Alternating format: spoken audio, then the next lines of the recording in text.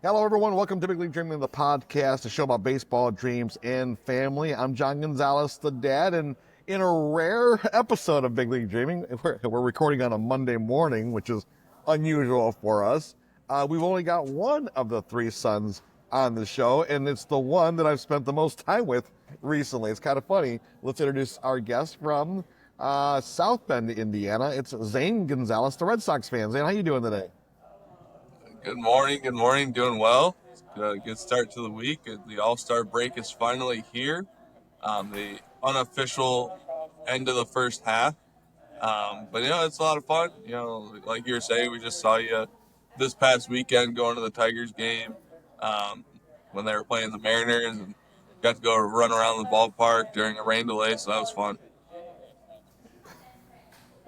It was a lot of fun. We'll talk a little bit about this past weekend's series between the Tigers and the Mariners. None of it went according to plan whatsoever. From not only personally just trying to get to the ballpark and dealing with the heat, but the way those games became lopsided. I went to the Friday and Saturday games. You and I went to the Saturday game, and then I listened to the Sunday game on the radio yesterday, driving down here to North Carolina. So it's been crazy. It's been a crazy weekend for that series. But like you said, it is the biggest weekend for any baseball fan outside of the World Series and opening day. You've got the Midsummer Classic, and we're excited for the game tomorrow night. I know Zach, the oldest son, the Mariners fan. That's why, hence, the Mariners-Tigers fan was really interesting this weekend. He was down at Truist Park in Atlanta for the Futures game. I believe did the National League win 4-2 in that Futures game. I didn't see the final of it. To be honest with you, I didn't. Yeah, I didn't see who won it.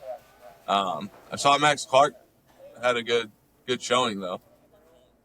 Max Clark had a nice little single. He is the Tigers' top prospect, although some lists are coming out saying that Kevin McGonigal is now the top prospect for the Tigers. That'll be interesting to watch. And there's been that rumor of packaging all these prospects for the big schemes for Scooble trade, which has still been out there the last couple of weeks. So that's interesting. That's a different topic for a different day. But yeah, so yeah, Kevin McGonigal and Max Clark, and also Josu Brasino was also part of the Futures game too, right? And he had a triple. Didn't he have a triple off the wall? Brasino did. I believe so. Yeah. Yeah. So I mean, Tigers prospects are for real. The other part of this whole thing is we're going to run down, folks, the home run derby participants for tonight's big showing out at Truist Park, and some of our predictions for that. But we should also mention that it's interesting to look at our favorite teams. You're the Red Sox fan. Zach's the Mariners fan.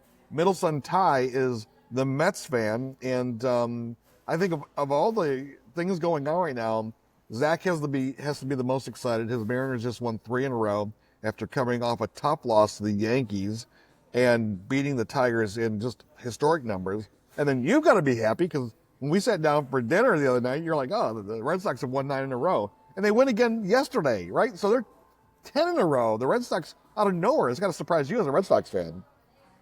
Yeah. I mean, after the Devers trade, the chief baseball officer or whatever they call their GM over there nowadays, they change the title all the time. After they traded Devers, he came out and said, I think this is going to help us out in the long run. And then they went on like a five game skid, and everyone was like, "What's he talking about? You can't sit here and tell me trading Devers was good for the team." And then they come together and they start rallying around and start winning baseball games. And what's really carried them is the starting pitching. Their starting pitching has done insanely well. Lucas Giolito has turned a corner. Has kind of looked like his old self after he was out all last year to Tommy John. Brian Bayo threw a complete game against the Rockies. Yeah, it's the Rockies. They're bad, but anytime you can help your bullpen like that, it's huge. Then Crochet goes out and throws a complete game on Saturday. So yeah, they're firing on all cylinders right now, and they got Bregman's back in the lineup off the IL. Their young guys are doing really well, and Marcelo Meyer and Roman Anthony. Carlos Narvaez is their rookie catcher, who no one's really talking about, but they traded for him from the Yankees over the offseason, and he was like really unheard of, but everyone in the Yankees raved about him, and he's been insanely well for the Red Sox behind the plate. Really turned into kind of their number one catcher. He's one of the best defensive catchers and can also hit a little bit too. But they're just firing on all cylinders right now, and it should be interesting. They went from oh, we're not going to make the playoffs again. Here comes another last place season. To okay, this team's going to make the playoffs, and they might be young enough and inexperienced enough to not even care and make a run. Yeah, it's really fun to watch, and it's funny because that trade, it kind of flashbacks of the Tigers when they traded Flaherty last year, and decided to go all in on the young kids. They kept Skubal. They're like, okay, well they're building for the future, and they go on that incredible run. And of course, everyone knows they made the postseason last year. And it's funny, the Red Sox there parallels there, right? Get a great run of Devers. They're going all in on young kids. There's even rumors of Bregman being on the trading block too, which is surprising. I mean, why would he be traded at this point? But it's possible, right? Yeah, I mean, it's possible, but I think it's more likely for them to trade an outfielder. I mean, they have a surplus of outfielders right now. Like they have, say, Don Rafaela, who's really turned a corner this year. Struggled out the gate, but he's kind of been carrying the offense a little bit. Hit a walk-off home run the other night. Really, really turned a corner. Has been pulling balls, and that was one of their biggest gripes coming out of last year was a lot of swing and miss, chasing balls out of the zone, and he's not really doing that as much now. But they also have Masataka Yoshida, who they signed from Japan a couple years ago, who just came back from the IL as well.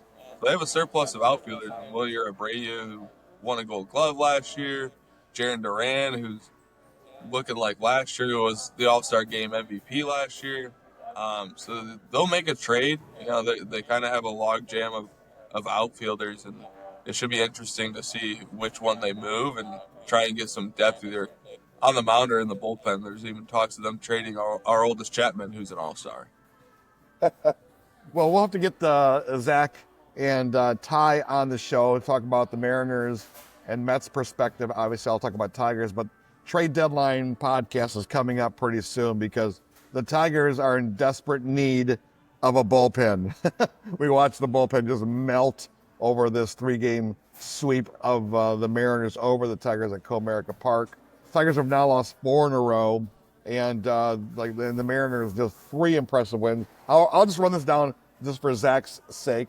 The Mariners, 35 runs this weekend, were the 4th most over a 3-game series in franchise history. They scored 47 runs over a 3-game set against Toronto in 2000, 39 against Kansas City back in 1995 in Oakland A's. They scored 38 runs, but 35 runs over the weekend. Julio looked like the All-Star everyone thought he was going to be. Rosarina just kept killing the Tigers. It was just an impressive onslaught of offensive output for the Mariners, and I got to give it to them. I mean, the Tigers. I think that was a good way to put it, right? The bullpen melted. I mean, it was a hot weekend in the Motor City, and they just could not get it out. Yeah, the bullpen struggled. I saw Will Best yesterday struggled a little bit too, which he's been lights out all first half. He's been doing insanely well, and he goes out and struggles a little bit. I mean, the Mariners were just seeing the ball really well, and even Cal Raleigh didn't have a massive series after that first game. He hit 2 home runs in game 1 of the series, and then struggled game 2. But even game 3, he didn't. I don't think he had a hit, but he walked 3 times. So and stole a base. I think I saw.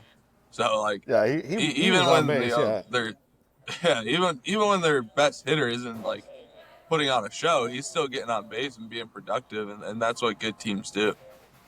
Yeah. All right, let's get to the home run derby. Cal Raleigh is probably the favorite. We'll talk about who you think the favorite will be. Let me run down the list of participants. Let me share my screen here with you real quick. And we can run down the participants. There's 8 of them. Obviously, the home run derby, T-Mobile, 2025 T-Mobile Home Run Derby at Truist Park begins at 8 p.m. tonight, Monday, July 14th. It'll be on ESPN and ESPN2. And yeah, here's an interesting thing, Zane. Whoever wins tonight, it'll be the first time. I believe 7 of the 8, this is their first year participating. So it's going to be a lot of new faces for a lot of baseball fans. And I think it'll be fun to watch. Yeah, I'm excited to see some of these new guys that.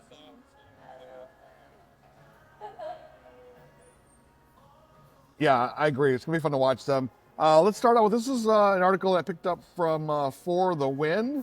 I believe it's a USA Today product. Prince Grimes. Prince, I don't know you, but love the name, Prince.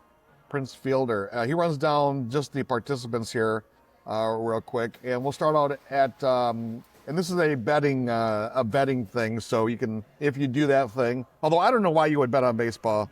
I got to be honest with you. I mean, you look at the Tigers, you would think that there's no way they're going to get swept by the Mariners. But anyway, that's a different topic. Jazz Chisholm, are you surprised he's in? And does he have a chance, Zane? Yeah, I was a little surprised to see his name get put out there. I know he came out with a hot start, and he was one of the guys that the whole torpedo bat was raving about, and the torpedo bat's helping him hit home runs. But it seems like a lot of his home runs are at home at Yankee Stadium with that short porch. But who knows? It could be like a Ichiro Suzuki situation where he's one of those guys that you don't see. Nobody really watches batting practice that often. Maybe those people that go to the games early have seen him take BP, and maybe he just puts on a show in BP, and maybe this is kind of his element. An in shape guy, young guy, maybe he's got a lot more stamina than some of these big boppers. He's got a little showmanship to him for sure, and his name has been out there. He has said a few things that have caught some people's attention. So I wouldn't be surprised if he actually makes the next round. By the way, we'll run down the format in a second once we get through all the players. Junior Caminero is at number 7, plus 1,000 on the betting line. I like this guy. I think he has a chance to win. He's a flashy young player for the Rays, and he's got some pop in his bat. Yeah, he's been a really good tool for the Rays. I know whenever the Red Sox just swept the Rays in a 4-game set, but I know he gave the Red Sox fits a little bit. It seemed like every time he came up, it was like a little bit of a hold your breath moment. He could do some damage at any given time. So this is one of the guys that it's going to be fun to see him get on a national stage, and a lot of people really see a Rays kind of a smaller market team that not a lot of people pay attention to. Get some recognition, and people get exposed to Junior Caminero and what he can do. Matt Olson is the replacement for his teammate Ronald Acuna Jr. Probably a good idea to sit him out a little bit. I know he's prone to injuries, and the Braves are going to need him if they're going to do anything in the second half. Big if. But Matt Olson should be fun, and the fans will root for him. And I guess he has a chance, right? I know that he replaced Freddie Freeman, so maybe he's out to show that he can be a player himself. Yeah, Matt Olson's been around for a long time, and I think it's kind of that hometown pick. Like the article says here, maybe in years past probably would have been the favorite, but this year maybe not so much. But there's a reason he's still plus 550. He's not the least likely to be the winner. I mean, all it takes is a couple hot rounds, and he could catch fire with that adrenaline and being in his hometown ballpark. Coming in at number 5, this player always intrigues me. Byron Buxton from the Minnesota Twins. I mean, this is a guy that was supposed to be an all-star superstar when he first was coming out, and he's rebounded recently, and I guess he's got a good enough chances like anyone else. What do you think about Buxton? I mean, he hit for the cycle the other day on his bobblehead day, which was crazy. Yeah. He's just one of those guys that's been plagued with injuries throughout his career, but the athleticism, the way he plays the game, plays hard, plays fast. He's really fun to watch, and I'm excited to see him in the home run derby. And similar to Olson and Caminero, could really catch lightning in a bottle and really go nuts for a couple rounds, and he could end up in that final round. Brent, Rooker, and James Wood, 4 and 3. Let's talk about Rooker for a second. I mean, this guy's just, he's a solid player, and I think that, I mean, there's a lot of upside to Rooker, and he also could be a surprise in the home run derby. Yeah, I mean all those athletics players, no one really hears about, and Brent Rooker has been a solid guy for. Um, or no, Rooker's from he's from the Athletics. Yeah, he's Um, athletics. Yeah.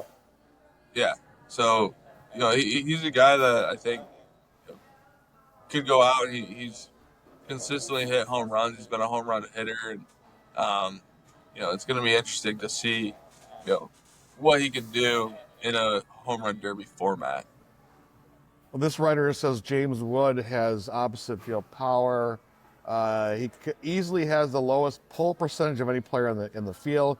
He has questions about how well that he will bode in this kind of competition. I think James Wood could win it all. I mean, this guy, I saw him earlier this year against the Tigers, and he just pounded the ball, and he's a big guy too.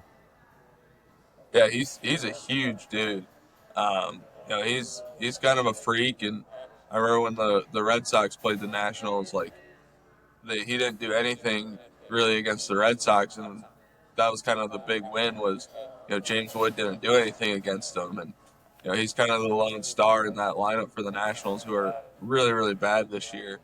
Um, but he came over in a trade, I think I think he was part of the Juan Soto trade, um, but he's really caught the league by storm this year. I think there was one game where he got intentionally walked like 4 times. Um, that's just the kind of hitter he is. He's the best hitter in their lineup, and really, really big guy, big presence, and I think it's going to be really cool to see him in the home run derby, just to let loose for a few rounds, because he doesn't really have anything to lose. If he messes up his swing a little bit and struggles out the gate in the second half, I don't think it's really going to impact the Nationals one way or the other. They're still going to stink no matter what. Well, very well put. The fans won't care as long if he has the title, they won't care. Let's go to number 2, Oneil Cruz from the Pirates. I like this guy too. I mean, I think he's got a lot of potential. He could also win it all. Yeah, I mean the article says it best, where he leads the majors in average exit velocity. I mean, I think the stuff you see that guy do on the field is unbelievable. He hits the ball insanely hard. He throws it incredibly hard. They moved him to the outfield this year, so there's been some growing pains there with him in the outfield. But Oneil Cruz is just a freak athlete. I think it was tough a year or two ago whenever he got hurt at that play at the plate. Um, but he's just a freak athlete. Hits the ball hard, hits it far. It's gonna be he's gonna put on a show that'll be fun to see. I think didn't he have the highest exit velocity for a home run in the Statcast era? I have to look that up. I thought I read that somewhere, but definitely pounds the ball.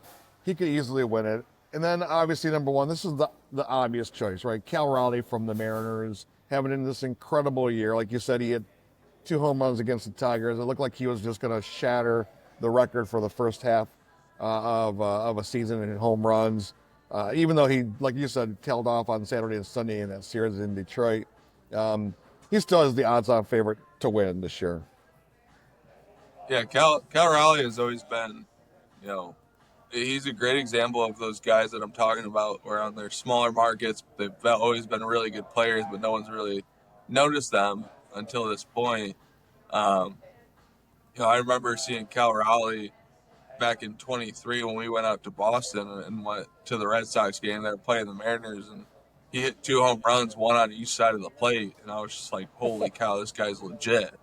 It was like the first time anyone had done it in 100 years or something at Fenway Park. And, Cal Raleigh is insane. Personally, I hope he just doesn't mess up his swing, because he's on my fantasy team, and I want him to keep this pace and keep hitting home runs and really give Aaron Judge a run for his money at that MVP title, because I think that's kind of a little bit more important of a race for the game of baseball, is if there's an MVP race instead of Cal Raleigh winning the home run derby.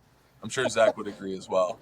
Yeah, he would. And Zach, by the way, poor Zach. I mean, I shouldn't say poor Zach. He went to the Futures game and got to go on a family vacation, so I'm happy for him. But here we are, in Detroit watching his Mariners team play the Tigers. You're the Red Sox fan. I'm the Tigers fan. He's like, I want to be there, right? And then this morning he's like, oh, we're busy with some family stuff.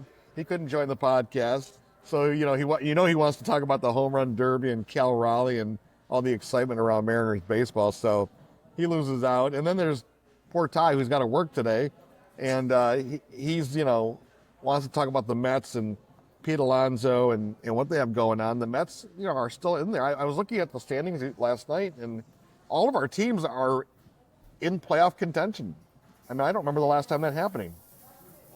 I mean, it's been a while for the Red Sox, that's for sure. I know that. Like, it's been since 21, and 21 they made a run to the ALCS, and 23 they're in a decent spot, but still didn't end up making the playoffs. So the Red Sox haven't made the playoffs in a while, and that's kind of what they need. And in a market like Boston, that's kind of the bare minimum expectation is to make the playoffs. Like, it's weird not having the Red Sox in the playoffs. Especially with the new wild card format. Like, there's no reason they shouldn't be in the playoffs. But yeah, all of our teams are doing really, really well up to this point. There's still a lot of baseball left. But that's why we call it the unofficial end of the first half. They're already well past the halfway mark in terms of games played. Yeah, for sure. Well, it's fun to see you excited about the Red Sox. I know that you've been trying to be excited about it the last couple of years and kind of go the Red Sox, that's what they're going to do. They're going to win 4 and they're going to lose 4, right? So, but here we go. So we'll root for a good second half. Let's run down the format of the Home Run Derby before we make our final predictions. Let's see here. Again, 8 o'clock tonight, T-Mobile, 2025 Home Run Derby in Atlanta. It will start at 8 o'clock on ESPN, ESPN2. Each player in the first round will see 40 pitches. 4 will then advance to the semifinals, in which they'll be seeded based on first round performance before the 2 winners then advance in the finals, which consist of 27 pitches. So that's how it goes. 40 pitches in the first round, 4 will come out of that in the semifinals, and then in the final 2, they'll get 27 pitches to see who hits the most home runs. So that's how the format will go tonight. All right, Zane, let's hear your prediction, and I'll give mine. Yeah, my prediction is going to be Oneil Cruz. I think the way he hits the ball is it's hard. I think he's young enough to where it's not going to speed up on him. I think the new change to the format is going to help some things. I think guys are going to be a little more selective, whereas it's not going to be as super speed round where it was the last few years, where they're just trying to get as many swings off as fast as possible. I think the guys are going to be a little more selective and make the most out of those 40 pitches, and then as it slowly dwindles down, especially a guy like Oneil Cruz, because there's still ways for them to earn those bonus round, bonus pitches with distance. I think that's where Oneil Cruz will thrive. Is I believe that if they hit at a certain distance, they get 3 outs after that. So then it's kind of your own pace and keep going until you get 3 outs. I think that's where Oneil Cruz will really take off. I think I'm not going to disagree. I could see Oneil Cruz winning this thing easily. Or it could be a dogfight. I don't know. It'll be fun to see who he squares up. We don't know the bracket yet until we get to those final 4, right? So it's kind of hard to say who's going to come out of it. But for me, I'm gonna go with Junior Caminero. I think he's just one of the most unlikely people to win. But there's something about him that I like. I mean, I've been following his career as he's been coming up through the system. And I kept thinking, okay, this guy has a potential. And I think he's having a great year this year. I don't think no one's going to expect him to win, right? He's in Atlanta, and he's with the Rays. So some people in Atlanta might know who he is. But I just think he's either him, and I think James Wood. It depends on what round, how the brackets go. But I think James Wood. So I think it could be a Junior Caminero, James Wood finale is kind of what I'm hoping for, and we'll see what happens there. Cal Raleigh, I think will do fine, maybe through the first round, and then kind of like not push it. I think, I think he's thinking long term, like you said. He's not thinking weekend results. But who knows? I mean, once Julio comes out there with his, towel to fan him off and give him his Gatorade or whatever, Julio, I think, is going to steal the show. You know how all the players are around them with their kids and everything? Oh, yeah. He'll have a good time. So where are you watching the home run derby tonight? At home, or are you heading to Buffalo Wild Wings like a Gonzalez tradition? No, I'll be at home. Yeah, busy week here. We got a tournament this weekend, so I'll be out at the field all week and getting the field prepped, and I'll just want to sit home and watch it at home on the TV. I meant to tell you before we went on the air recording here is that I got a text from my the hotel or the wherever we're staying at here along the beach, and it says, "Don't forget free tickets tonight if you want them to go see the Oak Island Loggerheads." And I'm like, I guess it's one of those collegiate leagues down here, Wood Bat Collegiate League, and there's a game tonight, so I think I'll go watch the game at 6:00 here at the stadium, and then I'll head over and watch. Maybe we'll find the game somewhere else, or go back to the hotel room and we'll watch the home run derby with me and your mom. Now there you go. Now that's a vacation. There you go. No, it's not a vacation unless you're stopping at a random stadium. Exactly. Gonzalez vacation. Like, gotta love your mom, Zane, that she's like, oh, that sounds like fun. Let's go do it. I'm like, okay. Gonna go see some college kids play in a Wood Bat League in North Carolina. You gotta love that woman, right? Although I have a feeling your wife would do the same thing when you get to be our age, Oh, yeah. All right, Zane, thanks again for joining us, everyone. We thank you all for watching Big League Dreaming, the podcast. As you see, this is a little different format. We love family life, but we also love to talk baseball as well. Zane, you want to tell people where they can find Big League Dreaming, the podcast? If Ty usually does this for us, but maybe between the two of us, we can figure it out. Yeah, I think it's on Twitter, BLD Pod, BLD POD, on YouTube, TikTok. I think it's all the same handles. So just type in Big League Dreaming the podcast, and you'll be able to find us on all the formats, everywhere you listen to your podcast. All right, take care, everyone. May your choice for the home run derby winner win. And I would say go Tigers, go Red Sox, but no, we're going to say go America. I guess we're both rooting for the American League tomorrow, right? For the All-Star game. We always do, right? Yeah, even though there's not much on the line anymore these days, but True. We're going to be rooting for our guys to do well. I know none of the Red Sox guys are really playing, other than maybe our oldest Chapman. Right, and then, of course, for Tigers fans, it's watching Schoolbowl, see what he can do against Skeens. That's going to be a fun first inning. Yep. Everyone should tune in to that. It's going to be an electric first inning. Sure will. All right, take care, everyone. We'll see you soon. See ya.